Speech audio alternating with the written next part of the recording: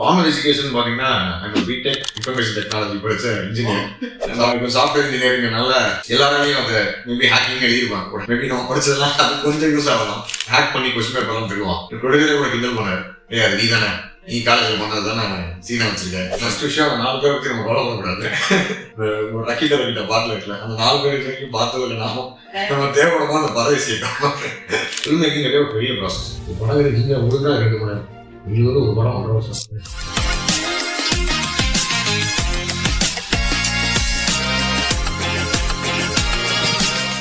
தெய்வத்தான் ஆகாதெனினும் முயற்சி தன்மை விரத்த கூலி தரும். இந்த திருக்குறளுக்கான அர்த்தம் என்னென்னா, எது தெய்வத்தால் கூட ஆகாது அப்படின்னு நம்ம நினச்சிட்டு இருக்க ஒரு விஷயம் நம்ம முயற்சி பண்ணோம்னா நம்மளால் கண்டிப்பாக அடைய முடியும். இந்த குறளுக்கான ஒரு சரியான உதாரணம் தான் இன்றைக்கி நம்ம பேச போகிற மிஸ்டர் சுதர்ஷன். ஃபர்ஸ்ட் கண்டஸ்டன்ட் கூப்பிடலாம், சாய் சுதர்ஷன்.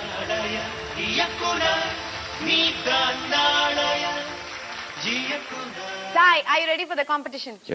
Yes. படம் நல்லா வந்திருக்கா?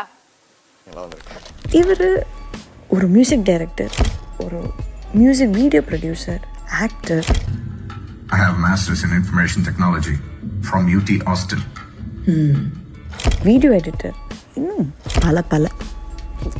ஆனால் இவர் முதலேருந்தே இதில் தான் இருக்காரா, இல்லை வேறு ஏதோ ஒரு ஃபீல்டில் இருந்துட்டு அப்புறம் இந்த ஃபீல்டுக்கு வந்தாரா? இவர் ஒரு ஃபீச்சர் ஃபிலிம் கூட எடுத்திருக்காருங்க. இப்போ ஒரு மூவி ரிலீஸ் ஆகிட்டு ரொம்ப சக்ஸஸ்ஃபுல்லாக ஓடிட்டுருக்கு. அந்த மூவியில் இவர் ஒரு பெரிய பார்ட் பண்ணியிருக்காரு. அது என்ன மூவி, இவர் முதல்ல என்ன பண்ணிகிட்டு இருந்தார், அதெல்லாம் தெரிஞ்சுக்கணுன்னா இன்றைக்கி நம்ம எபிசோடை கண்டிப்பாக பாருங்கள். மூவி மேக்கிங் ஆர்ட்டில் என்னென்னலாம் கஷ்டம் இருக்குது, அது எப்படி எடுக்கிறாங்க அப்படிங்கிறத நம்ம கூட ரொம்ப அழகாக ஷேர் பண்ணியிருக்காரு. இதெல்லாம் தெரிஞ்சுக்கணுன்னா இன்றைக்கி இந்த எபிசோடை கண்டிப்பாக பாருங்கள். ஹலோ சுதர்ஷன். ஹாய் ஆசி. எப்படி இருக்கீங்க? I'm good. How are you? I'm good. Thank you. Thank you so much for coming. உங்களோட ஸ்கெடியூல் பார்த்து நல்லா மிரண்டுட்டேன். அவ்வளோ பிஸியாக இருக்கீங்க. பட் அவ்வளோ பிஸி ஸ்கெடியூல்லையும் எங்களுக்காக ஒரு டைம் ஒதுக்கி எங்ககிட்ட வந்து பேசுனதுக்கு ரொம்ப நன்றி.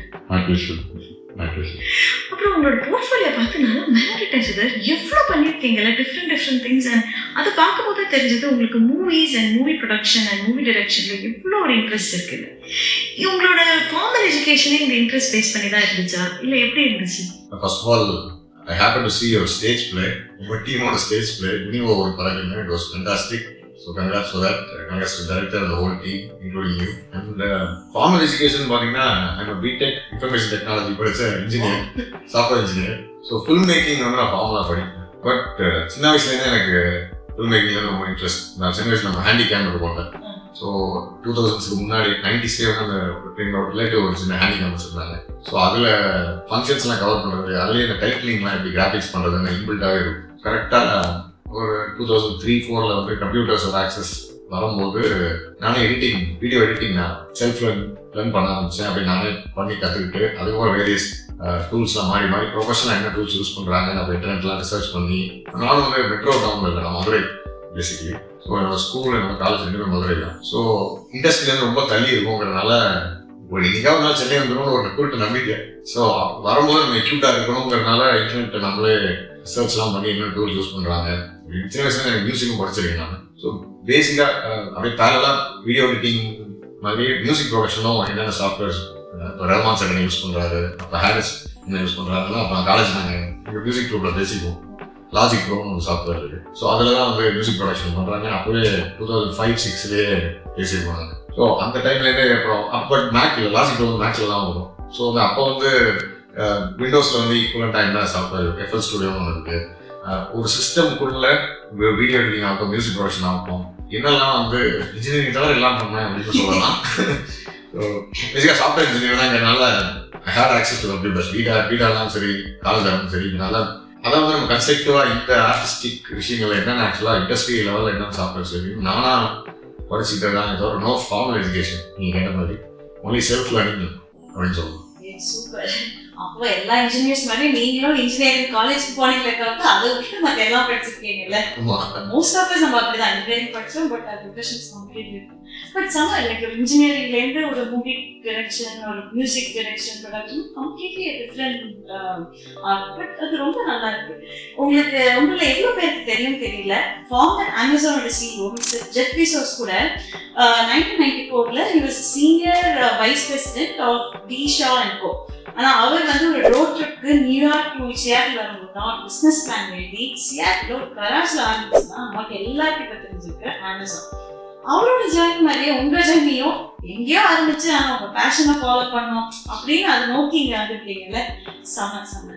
ஆனா வந்து நம்ம என்னதான் நம்ம பேஷன் நோக்கி போனாலும் ஊர்ல 4 பேர் 4 விதமா தான் பேசுவாங்க. அப்படி அவங்க எல்லாம் என்ன பேசுனாங்க? இன்ஜினியரிங் அப்புறம் டைரக்டா மூவிக்கு வந்துட்டீங்களா இல்ல என்ன பண்ணீங்க? ஃபர்ஸ்ட் விஷயம் 4 பேர் பத்தி நம்ம ஃபாலோ பண்ணக்கூடாது. ஒரு ரக்கிட்ட பாட்டில் இருக்குல்ல, அந்த 4 பேர் வரைக்கும் பார்த்தது இல்லைனாலும் நம்ம தேவைப்படமா அந்த பதவி செய்யணும். ஊர்ல சொல்லுவாங்கன்னா இப்போ பேரண்ட்ஸ் ஆகட்டும், நம்ம அக்கறையில தான் சொல்றாங்க. பேசிக்கா பாத்தீங்கன்னா உண்மையும் தான். நான் இப்போ அடுத்து வரவங்களுக்கும் நானும் என்ன சொல்லுவேன்னா, இது வந்து செக்யூரான ஃபியூச்சர் கிடையாது. கரெக்டா? ஒரே நாள்ல வந்து நீங்க ஸ்டார் ஆகலாம், ஒரே நாள்ல ஸ்டார் வந்து கீழே வந்துடலாம். அதே மாதிரி அவங்க எவ்வளவு பெரிய ஒரு பீரியட் ஆஃப் டைம் ஸ்டாரா இருந்தாலும் சீரீஸ் ஆஃப் ஃபிளாப்ஸ் கொடுத்தாங்க, காணாமல் போனோம். நிறைய எக்ஸாம்பிள்ஸ் பார்த்துருக்கோம். அதாவது நல்ல நேம் எடுத்தவங்களை சொல்றேன், நல்ல நேம் எடுத்தவங்களுக்கே இவ்வளவு அன்பிரடிக்டபிளான ஃபீலிங்கிறப்ப உள்ள வரவங்களுக்குலாம் வந்து பெரிய விஷயமா இருக்கும். அப்படிங்கும்போது நம்ம வெல்விஷர்ஸ் நலன் விரும்பிகள்லாம் அப்பதான் சொல்லுவாங்க, ஏரியா பார்த்துக்கோ, சைடில் பண்ணு, மெயினாக வச்சுக்காத, அந்த மாதிரி நிறைய வரும். ஸோ நம்ம எல்லாமே வந்து ப்ரெஷர் சைட் பண்ண வேண்டியதுதான் இல்லை, நல்ல விஷயமா எடுத்துக்கலாம். ஏன்னா எப்படி பார்க்கணும்னா அதை பேசிக்காக வந்து நீங்கள் இதில் வந்து எந்த ஸ்ட்ரீமில் போறீங்க. ஃபார் எக்ஸாம்பிள் ஆக்டிங் வச்சுக்கோங்க, நாள் ஃபுல்லாக நீங்கள் ஆக்ட் பண்ணிட்டே இருக்க போகிறதில்ல. ஸோ ஆக்டிங்கில் இருக்கீங்க அப்படின்னா வந்து நீங்கள் ஃபோட்டோஸ் அந்த காலத்தில் ஃபோட்டோஸ்லாம் கொடுப்போம், ஏதாவது ஒரு இன்ஸ்டாகிராம் ப்ரொஃபைல் வச்சு. ஸோ நீங்கள் சான்ஸ் வந்துச்சுன்னா லீவ் போட்டு போய் நினச்சிட்டு வரலாம். ஒரு மியூசிக் டைரக்ஷன் பண்ணுறீங்க அப்படின்னா நீங்கள் டெமோஸ்லாம் ரெடி பண்ணி வச்சுக்கிட்டு வீக்லி மேபி ஒரு 1 day ஆஃபோ இல்லை வீக்கெண்டோ போயிட்டு நீங்கள் உங்கள் டெமோஸ் மட்டும் ப்ரொடியூசர்ஸ் யாரும் பண்ணி கொடுக்கலாம். ஸோ இவங்கெல்லாம் ஜாபை விட்டுட்டு தான் இறங்கணும்னு அவசியம் இல்லை. பட் டைரக்ஷன் அப்படின்னா வந்து முதல்ல சொன்ன மாதிரி கேப்டன் ஆஃப் ஷிப்புங்கிற போது அவ்வளோ பெரிய ரெஸ்பான்சிபிலிட்டி இருக்கிற போஸ்ட்டுங்கும் போது நம்ம ஜஸ்ட் லைக் ஒரு வேலை பார்த்துட்டு சைடில் போய் ரெண்டாவது வந்து டேரக்டர் நம்ம பேசுவோம் அந்த எப்படி அந்த பார்த்துக்கிறது ஹை லெவலில் பார்த்தீங்கன்னா இன்னைக்கு இருக்கிற டிஜிட்டல் ஏஜ்ல ஷார்ட் ஃபிலிம் மட்டும் டைரக்டர் ஆகலாம், இல்லை பழைய ஓல்ட் ஸ்கூல் படி ஒரு டைரக்டர் அசிஸ்டண்டாக இருந்து பல வருஷம் இது பண்ணி ஆகலாம். ஸோ இந்த மாதிரி ஒரு ஜேர்னி இருக்கும்போது ஒரு அசிஸ்டண்டாக போய் நீங்கள் ஒரு டேரக்டர் ஜாயின் பண்ணோம்னா உங்களை நீங்கள் கேரியர் ஆகிட்டு தான் பண்ணணும். நீங்கள் வேற ஒரு வேலையை இருந்துட்டு படம் நீங்கள் சொல்லிட்டு வரேன்னு சொல்ல முடியாது சார். அவங்க படம் பண்ணுறாங்க சொல்லி அவங்க கூட ட்ராவல் பண்ண வேண்டியது. ஃபில்ம் மேக்கிங்கிறதே ஒரு பெரிய ப்ராசஸ். ப்ரீ ப்ரொடக்ஷன் இருக்கும். ப்ரீ ப்ரொடக்ஷன் தான் நீங்கள் வேலை வைக்கிறதுல படம் வந்து நம்ம ஒரு 3 மாதம் 4 மாதம் தான் ஷூட் பண்ணுறோம். அது வந்து ஒரு ரிலீஸ் ஆகிறதுக்கு வந்து இன்னும் ஒரு 2-3 மாதம் கழிச்சு வருதுனாலும் அந்த 4 மாதம் ஷூட் பண்ணுறதுக்கு முன்னாடி வந்து ஒரு 6 மாதம் வேலை பார்க்கும். அப்படிங்கும்போது ஒரு படம் ஒரு வருஷம் ஜேர்னி. அப்போ நீங்கள் ஒரு வெளியே இருந்துட்டு வேலை பார்த்துக்கிட்டே தான் வீட்டு இதை பண்ண முடியும். இப்போ டேரக்ஷன் மட்டும் சொல்கிறேன், டேரக்ஷன் வந்து இப்போ இதுக்கே நீங்கள் டைம் டிவோட் பண்ண முடியும். அப்போ வந்து நீங்கள் 4 பேர் பேச வேண்டியது. அந்த ஒரு வருஷத்தில் வந்து நீங்கள் அந்த வேலையில் இருந்தால் இங்கே இருந்திருப்பா அங்கே இருந்திருப்பா எவ்வளோ சம்பாதிச்சிருக்கலாம் வந்துடும். ரெண்டாவது உங்களோட நம்ம பாரு அவனுக்கு கிடைக்காம வாங்க. ஸோ அந்த மாதிரி நிறைய வரும். அக்கே நான் சொல்கிறது வந்து அவங்க நம்ம இன்சல்ட் பண்ணுறாங்கன்னு அர்த்தம் இல்லை. அவங்க மேபி ஒரு அக்கறையில் சொல்லலாம், இவங்க மட்டும் எப்படி இருக்காங்க, இப்படி சுற்றி இருக்காங்க, இந்த மாதிரி இருக்கலாம். பட் அகைன் நீங்கள் எவ்வளோ பேஷனோட எடுத்துகிட்டு போறீங்க, இல்லை ஒரு நாள் ஜெயிச்சுங்கிறது அவங்களுக்கு புரிய அவசியமும் கிடையாது. அவங்க அந்த ஃபீல்டை பார்க்கவே இல்லை. இப்போ நான் சொல்லும் போது அவங்களுக்கு இவ்வளோ இருக்கான்னு தெரியும். அப்படிங்கும்போது உள்ள இறங்குறவங்களுக்கு தான் இருக்கு இப்போ விஷயம் இருக்குன்னு தெரியும். வெளியே பார்க்குறவங்க என்னடா ஒரு கேமரா தூக்கி அழைக்கிறீங்க, அதுக்கு இருக்கிற இவ்வளோ வருஷம் நீங்கள் வேஸ்ட் பண்ணணும் ஒரு படத்துக்கு. ஒரு படம் இருக்கீங்க உங்களுக்கு தான் 2 மணி நேரம், எங்களுக்கு வந்து ஒரு படம் 1.5 வருஷம். நம்ம இவ்வளோ டெடிக்கேட்டடாக இருக்கோங்கிறத நம்ம 4 பேர் புரிய வச்சாலும் ஒரு வழி இல்லை. பட் அவங்க புரியணும்னு அவசியம் இல்லை. பட் நம்ம முடிஞ்ச அளவுக்கு நம்ம புரிய வச்சு தான் ஆகணும். அவங்களும் வந்து நல்லது தான் சொல்கிறாங்க, நமக்கு எடுத்துக்கிட்டு சினிமாலாம் வாழ்க்கைன்னு போயிடக்கூடாது. ஏன்னா வந்து ஒருத்தன் 20 ஜெயிக்கலாம், 27 ஜெயிக்கலாம், 40 ஜெயிக்கலாம், 50 ஜெயிக்கலாம். அன்பிரடிக்டபிள்ங்கிறதுனால உங்கள் லைஃப்லையும் நீங்கள் விட்டுறக்கூடாது. அதுதான் அவங்க 4 பேர் சொல்கிறாங்க வீஸ் தேவை. சரி ஓகே, அப்போ வந்து ஒரு பேலன்ஸ்டாக என்ன பண்ணலாம், ஒரு 4 வருஷம் ட்ரை பண்ணி பார்ப்போம். ஓகே இல்லையா, அப்படியே மைண்டில் மாற்றிட்டு போகிறவங்களும் இருக்காங்க. பட் ஓகே, அடுத்த 5 வருஷம் வந்து ஏதோ ஒன்று பண்ணிக்கிட்டே சைடில் ட்ரை பண்ணுவோம். இல்லை வந்து ஏதோ ஒரு மேபி கொஞ்சம் வசதியானவங்க இருந்தால் ஏதோ ஒரு பிஸ்னஸில் அவங்க ஈடுபடுத்திக்கிட்டு ஒரு மந்த்லி இன்கம் மாதிரி ஏதாவது ரெடி பண்ணிட்டு சைடில் ட்ரை பண்ணலாம். இல்லை வேறு வழியே இல்லை, கமிட்மெண்ட்ஸ்லாம் இருக்குன்னா நம்ம முதல்ல பேசுகிற மாதிரி ஏதோ ஒரு 9 to 5 ஏதோ ஒன்று போயிட்டு அதில் ஒரு சின்ன பேலன்ஸ் அந்த மேனேஜர்கிட்டயோ எல்லாம் வந்து கொஞ்சம் திரும்பி நான் அப்பப்போ இந்த மாதிரி போயிட்டு வருவேன், கொஞ்சம் ஃப்ளெக்சிபிளாக இருந்தேன். ஏதோ ஒரு லைஃப் ஸ்டைலுக்குள்ளே அவங்க உட்படுத்திக்கிட்டு அட்லீஸ்ட் ட்ரை பண்ணணும். It's kind of how you sensibly handle that work life balance. நீங்க எப்படி பண்றீங்க? காலேஜ் முடிச்சு டைரக்டா இது பண்றீங்களா இல்ல வேற ஏதாவது பண்ணிட்டு இதை ட்ரை பண்ணீங்களா? நான் பேசிக்காக சாஃப்ட்வேர் இன்ஜினியர். முதல்ல சொன்ன மாதிரி பிடெக் ஐடி படிச்சிருக்கோம்னால நான் கேம்பஸில் டிசிஎஸ்ல இருந்தேன். டிசிஎஸ்ல நான் அமேசான் மாறினேன். ஸோ பேசிக்காக ப்ராடக்ட் சர்வீஸ் கம்பெனியும் ப்ராடக்ட் அது எவ்வளோ பெரிய ஃபினான்ஷியல் ஜம்ப்னு தெரியும் உங்களுக்கு. ஸோ அங்கேருந்து வந்து அந்த அமேசான் இருக்கும்போது வந்து நாளைக்கு ஷோ வந்துச்சு கலைஞர் டிவியில். ஷார்ட் ஃபிலிம் மேக்கர்ஸ்லாம் கார்த்திக் சுப்ராஜ், நானும் குமார் சார் தான் வந்தது. அவங்களாம் சீசன் 1 சீசன் 2 நான் சீசன் 5. ஸோ கரெக்டாக நான் அமேசானில் இருக்கும்போது தான் சீசன் 4 வந்து என் ஃப்ரெண்டு பண்ணாங்க. அதை நான் எடிட் பண்ணி கொடுத்தேன். நான் சொன்ன மாதிரி முதல்ல நான் எடிட்டர் அப்படிங்கிறதுனால அவங்க ஷார்ட் ஃபிலிம்ஸ்லாம் எடிட் பண்ணி கொடுத்தேன். அதே மாதிரி சின்ன வயசுலேருந்தே வந்து ஸ்கூல் காலேஜில் எல்லாத்தையும் நான் ஸ்டேஜில் நடிச்சது. காலேஜில் ஃபுல்லாக காம்பி அடிங்க, ஸ்கூலில் ஃபுல்லாக ஸ்கிட்டில் நடிச்சது அப்படிங்கிறதுனால அவங்களோட ஷார்ட் ஃபிலிம் நடிக்கவும் செஞ்சேன். நடிச்சு நான் எடிட் பண்ணி கொடுத்தேன். இந்த சீசன் அந்த நாளைக்கு முன்னதில் அதுக்கு அடுத்த சீசன் வரும்போது நானே ஷார்ட் ஃபிலிம் பண்ணி கண்டெஸ்ட் பண்ணி நானே டேரக்டராக கண்டெஸ்ட் பண்ணேன் சீசன் 5ல். ஸோ அது பண்ணிட்டு இருக்கும்போதே ஒரு சின்ன ஒரு ஹீரோவோட ஒரு அப்பாயின்மெண்ட் கிடச்சிச்சு. அது யார் என்னன்னா அவர்கிட்ட ஒரு கதை சொல்லி அவருக்கு கதை பிடிச்சி அது பட் கொஞ்சம் மூவ் ஆகிற டைமில் கொஞ்சம் டிலே ஆனதில் வந்து அவர் வேற ஒரு கமிட்மெண்ட் போயிட்டு அது நடக்காமல் போயிடுச்சு. ஸோ அப்போ வந்து ஐ தாட் ஓகே இது ஒரு கேரியராக எடுத்து நம்ம ஸ்விட்ச் பண்ணால் தான் முதலே நான் என்ன சொன்ன மாதிரி நமக்கு யார் வந்து அப்ரோச் பண்ணுமோ அவங்களுக்கு நம்ம டெடிக்கேட்டடாக தெரியும். நான் சும்மா ஏதோ பெஸ்ட்லேயே வர ஐடியா இருக்கு, சும்மா எவ்வளோ ஜாலியாக டைம் பாஸ் பண்ணுறாங்க அப்படிங்கிற மாதிரி தெரிஞ்சிடக்கூடாது. அதுக்குன்னு இல்லை, நம்மளுக்குன்னே வந்து நம்மளுக்கும் வந்து ஒரு சீரியஸாக அதை எடுத்தால் தான் வந்து நம்ம அதில் இறங்கி வேலை பார்க்க முடியும். அதனால பெரிய கேரியராக இருக்கும் முடிவு பண்ணி எக்ஸ்பிரஸ் பண்ணிட்டாரு. ஆமாம், பேசிக்காக அது எவ்வளோ பெரிய டெசிஷன் அப்படிங்கிறது வந்து நமக்கு தெரியும். ஸோ அது வந்து நம்ம ஃபேமிலியோட சப்போர்ட் இல்லாமல் முடியாது. ஸோ அந்த ஃபேமிலியோட சப்போர்ட் இருந்தனால நம்ம ஏபிள் டு ஸ்விட்ச் பண்ணிட்டாரு. பேசிக்காக அமேசான் போட்டுருக்கேன். முன்னாடி சொன்ன மாதிரியே ஜெல்பிசோஸ்க்கு உங்களுக்கும் நிறைய ஒரு டென்ஷன்ஸ் இருக்கு. அவர் கம்பெனியில் வேலை பார்த்துருக்கீங்க, அவர் மாதிரி உங்கள் பேஷனை நோக்கி நீங்களும் போயிருக்கீங்க. நீங்கள் சொன்ன அதே இதுதான். இப்போ வந்து இந்த யூடியூப் அப்புறம் வந்து இன்ஸ்டாகிராம், டிக்டாக் அந்த மாதிரி இப்போ இருக்கிறவங்களுக்கு வந்து நீங்கள் ஃபர்ஸ்டே சொன்ன மாதிரி ஷார்ட் ஃபிலிம் எடுத்துட்டு அவங்க நெக்ஸ்ட் டைரக்டர் போகலாம், அந்த மாதிரிலாம் ஆப்பர்ச்சுனிட்டிஸ் இருக்கு. ஸோ உங்களுக்கு இந்த 4 இயக்குனர்ன்றது உங்கள் லைஃப்ல எவ்வளோ இம்பார்ட்டண்ட்டாக இருந்தது? பிகாஸ் அதுதான் உங்களுக்கு ஒரு ஃபர்ஸ்ட் ஒரு ஆப்பர்ச்சுனிட்டி, ரைட்? இந்த மாதிரி ஒரு டைரக்ட் பண்ணுறதுக்கு. ஸோ அது உங்களுக்கு எவ்வளோ ஒரு முக்கியமாக இருந்துச்சு? அதனால உங்களுக்கு அடுத்தடுத்து என்னென்ன ஆச்சு? அதனால இப்போ பார்த்தீங்கன்னா இண்டஸ்ட்ரியில் இருக்கிற டைரக்டர்ஸ் வந்து ஜட்ஜ் ஆகலாம். ஸோ அப்போவே வந்து நமக்கு ஒரு சின்ன விசிபிலிட்டி கிடைக்கும். இண்டஸ்ட்ரியில் இருக்கிற நம்மளோட பார்க்குறாங்க, கமெண்ட்ஸ் கொடுக்குறாங்க. ரெண்டாவது வந்து அந்த ஃபார்மேட் பார்த்தீங்கன்னா 15 days தான் டைம் இருக்கும் ஒவ்வொரு எபிசோடுக்கும். ஒவ்வொரு எபிசோடும் ஒரு genre. So first episode genre வந்து ஒரு எங்களுக்கு வந்து காமெடி ஏதோ ஒரு 2 கொடுத்தாங்க. ஸோ நான் காமெடி சூஸ் பண்ணி ஃபர்ஸ்ட் ஜானர் பண்ணேன். அடுத்த செகண்ட் ரவுண்டில் வந்து love or horror, love or rural அந்த மாதிரி ஏதோ ஒன்று. ஸோ ஒவ்வொரு எபிசோடுக்கும் ரெண்டில் ஏதாவது பிக் பண்ணணும். 2 ஜானர் கொடுத்துருவாங்க, நீங்கள் ஏதாவது பிக் பண்ணி பண்ணலாம். இது ஏற்பட்ட காலம் வந்து 15 days தான். அந்த 15 daysக்குள்ள நீங்கள் எழுதி ஷூட் பண்ணி அதை சப்மிட் பண்ணணும். அந்த எபிசோட் ஷூட்டிங் பண்ணணும். அந்த எபிசோட் ஷூட்டிங் முடிய அன்னைக்கு அடுத்த எபிசோடோட ஜானர் சொல்லிடுவாங்க. ஸோ அதுலேருந்து நீ யோசிக்க ஆரம்பிச்சாங்க திரும்பி 15 daysக்குள்ள அடுத்த எழுதி போகும். ஸோ டெட்லைனுக்கு அகேன்ஸ்டாக ஓடுற அந்த விஷயத்துக்கு அது நல்ல யூஸ்ஃபுல்லாக இருக்குது. அண்ட் பேசிக்காகவே ஷார்ட் ஃபிலிம்லாம் பார்த்தீங்கன்னா பெரிய சேனல் சைட்லேருந்து கொஞ்சம் சப்போர்ட் பண்ணுவாங்க. சும்மா ஒரு சின்ன அமௌண்ட் கொடுப்பாங்க. பட் அது நம்ம ஒரு நாள் கேமரா எடுத்தாலே வாடகைக்கு போயிடும். பட் அதை தாண்டி நம்ம ஒரு நாள் 2-3 நாள் ஷூட் பண்ண வேண்டியிருக்கும். அந்த 2-3 நாள் திருப்பி கேமரா வாடகை, கேமரா வாடகை மட்டும் இல்லாமல் ஆர்டிஸ்ட்லாம் கொடுக்க வேண்டியிருக்கும், காஸ்டியூம்ஸு. ஸோ பேசிக்காக நம்மளே நம்மளோட ஷார்ட் ஃபிலிம் தான் ஃபன் பண்ணி தான் ஆகும். அப்படிங்கும்போது நம்மளோட ஃபண்ட்ஸை எப்படி கரெக்டாக எஃபெக்டிவாக எஃபிஷியண்டாக யூஸ் பண்ணணும் அப்படிங்கிற விஷயமும் எனக்கு கற்றுக்கிடுச்சு. நாளைக்கு இல்லை என்ன ஷார்ட் ஃபிலிம் நீங்கள் எடுத்தாலுமே பட் நீங்களாக ஒரு ஷார்ட் ஃபிலிம் எடுத்தீங்கன்னா ஒரு கமிட்மெண்ட் இருக்காது. எடுத்துக்கலாம், நாளைக்கு எடுத்துக்கலாம், இப்போ வேணால் பிடிச்சிக்கலாம். இது வந்து நம்ம ஒரு டெட்லைனுக்கு அகெயின்ஸ்டாக ரேஸ் பண்ணும்போது அதுக்குள்ள இந்த ஃபண்ட்ஸையும் எப்படி எஃபெக்டிவாக யூஸ் பண்ணி ஆகணுங்கிற அந்த ஒரு பேலன்ஸை கற்றுக் கொடுத்துச்சு. ஸோ அது வந்து எப்படின்னா நான் அடுத்து படம் பண்ணும்போது திட்டம் கொடுத்துருக்கோம். நம்மளோட ஃபர்ஸ்ட் படம் ஃபீச்சர் ஃபிலிம் அது பண்ணும்போது வந்து என் ப்ரொடியூசர்ஸே சொன்னாங்க ஃபர்ஸ்ட் டே பார்த்துட்டு, என்ன நீ ஃபர்ஸ்ட் படம் டைரக்டர் மாதிரி இல்லை, பயமே இல்லை, உனக்கு ரொம்ப கேஷுவலாக டைரக்ட் பண்ணுறேன். அது ஏன்னா வந்து என்னோட ஷார்ட் ஃபில்மே பார்த்தீங்கன்னா நிறைய க்ரௌடை வச்சுலாம் இருக்கேன். க்ரௌடை வச்சு யூனிட்னு சொல்லுவாங்க சினிமாவில், பெரிய பெரிய லைட்ஸு, எக்யூப்மெண்ட்ஸு, கிரேனு, அந்த யூனியன் மெம்பர்ஸ்லாம் வச்சிருக்கனால அவங்கள வேலை வாங்குறது எல்லாமே வந்து அந்த ஷார்ட் ஃபிலிம் டைமே பழகிடுச்சு. நான் சும்மா ரூம்குள்ள வச்சு ஒரு சின்ன ஷார்ட் ஃபிலிம் மாதிரி எடுக்கல, நிறைய எக்ஸ்டீரியர் போய் நான் சொன்ன மாதிரி இப்போ கீப்பன்ஸ் வச்சு கொஞ்சம் பெரிய ஸ்கேலே ஷார்ட் ஃபிலிம் பண்ணனால அந்த பெரிய படம் வரும்போது எனக்கு இன்னும் இல்லாமல் பயம் இல்லாமல் அவங்களாம் ஈஸியாக வேலை வாங்கும்போது தான் அந்த ப்ரொடியூசர் சொன்னது அதுக்கு ரீசன் என்னன்னா, இவங்கெல்லாம் சின்ன ஷார்ட் ஃபிலிம் எடுத்து வரவங்கலாம் பெரிய க்ரௌடெல்லாம் பார்க்கும்போது எப்படி மேனேஜ் பண்ண தெரியும், பின்னாடுவாங்க நீங்க கேஷுவலாக எடுக்கிறேன் அப்படின்னு.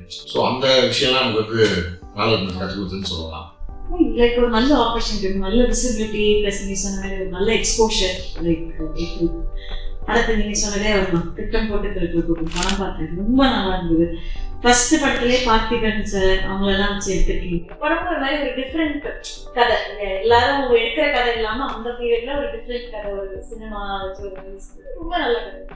அந்த படம் எப்படி ஒரு இன்ஜினியர் எடுத்தாரு, இன்ஜினியரோட முதல் படமே எப்படி அதை எடுத்தாரு, ஒரு படம் அப்படின்னா எப்படி வந்து அந்த படத்தோட ஜேர்னி எப்படி இருக்கும், புதுசா வந்தவருக்கு ஒரு இன்ஜினியருக்கு உங்களுக்கு ஏதாவது டிஃப்ரெண்டா தோணுச்சு அதை பார்த்துட்டு, இல்லை ஆல்ரெடி ஒரு அசிஸ்டன்ட் டைரக்டரா வந்திருக்காங்கன்னா உங்களுக்கு ஏதாவது கொஞ்சம் தெரிஞ்சிருக்கும், உங்களுக்கு அந்த ஒரு எக்ஸ்பீரியன்ஸ் எப்படி இருந்தது, இந்த சேலஞ்சஸ் என்னென்ன சேலஞ்சஸ்லாம் இருந்தது? பர்டிகுலர் அந்த கதையை பற்றி கேட்டிங்கன்னா அதில் பார்த்தீங்கன்னா கம்ப்யூட்டர் ஹேக்கர் ரோல்லாம் அதெல்லாம் வந்து நமக்கு கொஞ்சம் நம்ம இப்போ சாஃப்ட்வேர் இன்ஜினியரிங்னால அது கொஞ்சம் ஈஸியாக மேபி எல்லாராலையும் அதை மேபி ஹேக்கிங் எழுதிருப்பாங்க, ஒரு ஹேக்கர் தான் எழுதிருப்பாங்க, இப்படி எக்ஸாக்டாக ஹேக் பண்ணுறான் என்ன அது கொஞ்சம் சில டீட்டெயிலிங்லாம் போட்டுருப்பேன். ஒரு சாஃப்ட்வேர் இன்ஜினியராக இல்லாமல் நம்ம பண்ண முடியுமா எனக்கு தெரியல. ஸோ மேபி நம்ம படிச்சதெல்லாம் அது கொஞ்சம் யூஸ் ஆகலாம். ப்ரொடியூசரே கூட கிண்டல் பண்ணார், அது நீ தானே, நீ காலேஜில் பண்ணுறது தானே சீனை வச்சிருக்கேன், நான் ஹேக் பண்ணி கொஸ்டின் பேப்பர்லாம் தருவான். எக்ஸாம்பிள் முன்னாடி டீச்சர்ஸோட சேவ் பண்ணி வச்ச கொஸ்டின் பேப்பர் சர்வர்லேருந்து ஒரு 3D பாசிபிலிட்டிலாம் கொடுப்பான். அந்த மாதிரிலாம் வரும். இது நீங்கள் பண்ணது தானே காலேஜ் மாதிரி இல்லைங்க, நான் அதெல்லாம் பண்ணல.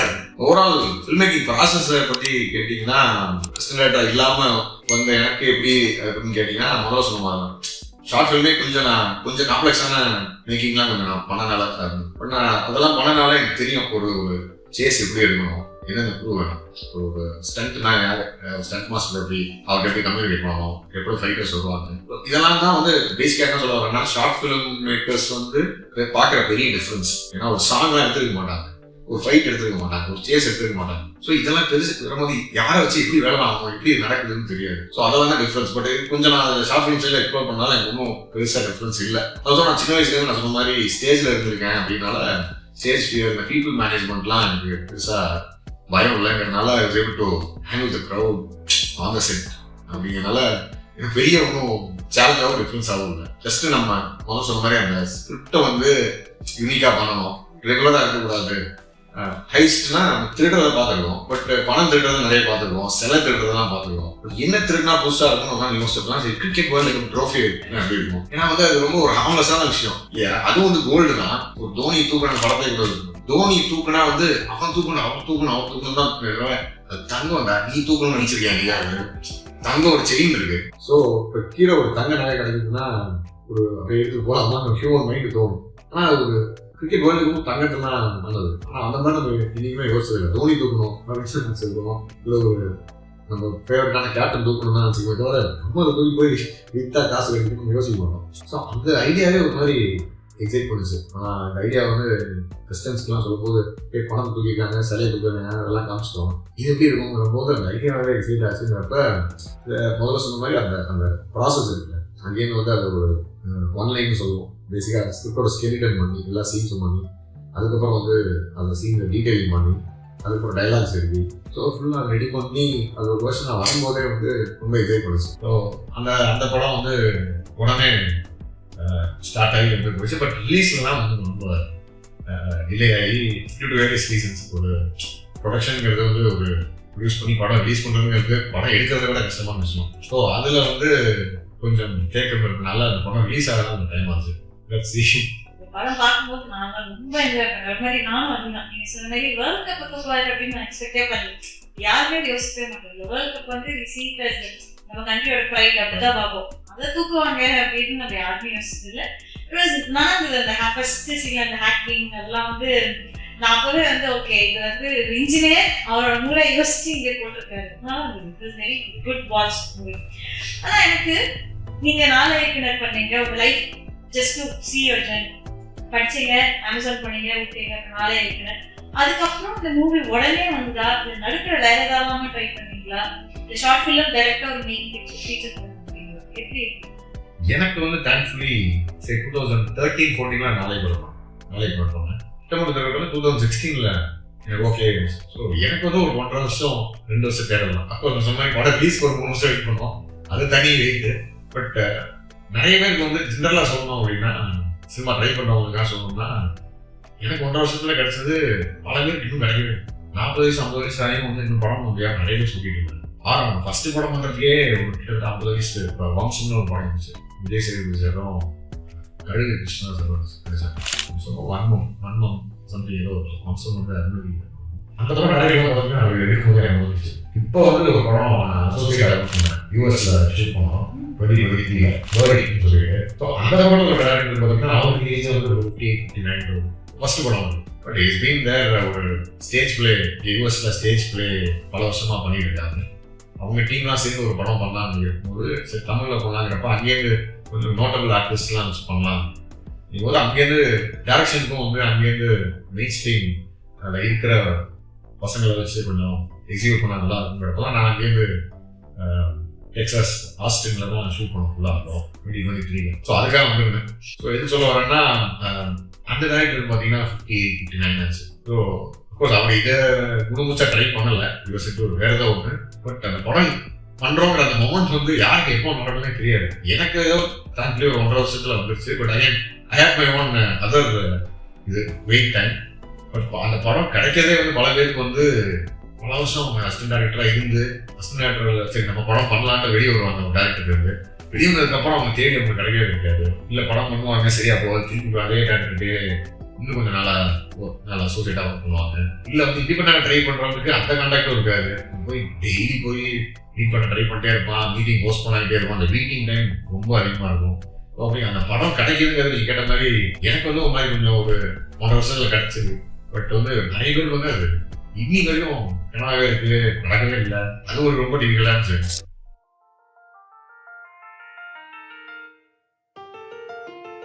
In today's Artist Spotlight, we are thrilled to feature Ms. Shravya Harish Srinivasa, a 9-year-old artist with a passion that knows no bounds. Under the guidance of her mentor, Mrs. Sweetie Sharada, Shravya's creativity blossoms into a breathtaking pieces that celebrate the beauty of nature and everyday life. Not only does she wield a pencil with precision, but she's also a talented jewelry maker. What's truly remarkable about Shravya is her commitment to giving back. Since the tender age of 5, she's been raising funds through her art to support local organizations. Her latest piece, Feathered Friends, is a heartwarming tribute to the special bonds we find in nature. It's our pleasure to spotlight this talented young artist and extend our warmest wishes for her future success.